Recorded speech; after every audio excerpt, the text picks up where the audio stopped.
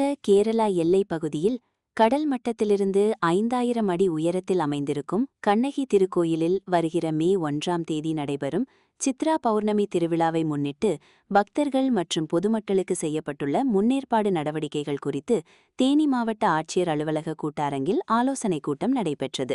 இந்த ஆலோசனைக் கூட்டத்தில் தேனி மாவட்ட ஆட்சியர் ரஞ்சித் சிங், மாவட்ட காவல் கண்காணிப்பாளர் ஸ்நேகப்பிரியா, மாவட்ட வருவாய் அலுவலர் மற்றும் துறை சார்ந்த அலுவலர்கள், இந்த அமைப்பினர் உள்ளிட்டோர் கலந்து கொண்டு ஆலோசனையில் ஈடுபட்டனர். இந்த ஆலோசனைக் கூட்டத்தில் பக்தர்களின் வசதிக்காக செய்யப்பட்டுள்ள ஏற்பாடுகள் குறித்து மாவட்ட ஆட்சியர் தெரிவித்தார். தொடர்ந்து இந்த அமைப்பினர் தங்களது கோரிக்கைகளையும் முன்வைத்தனர்.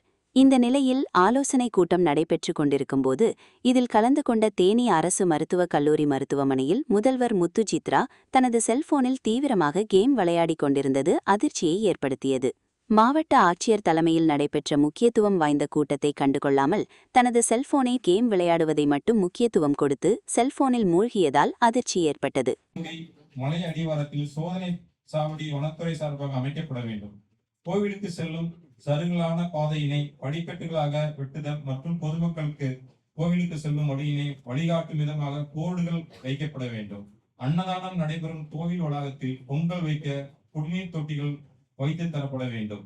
நெகிழி பொருட்கள், ஆயுதங்கள், அதிக ஒளி எழுப்பும் சாதனங்கள், வெடிபொருள், தீப்பெட்டி, புகையிலை, மதுபானங்கள் மற்றும் எளிதில் தீப்பற்றி எரியக்கூடிய பொருட்களை பொதுமக்கள் கொண்டு செல்வதை தடுக்க காவல்துறையினர்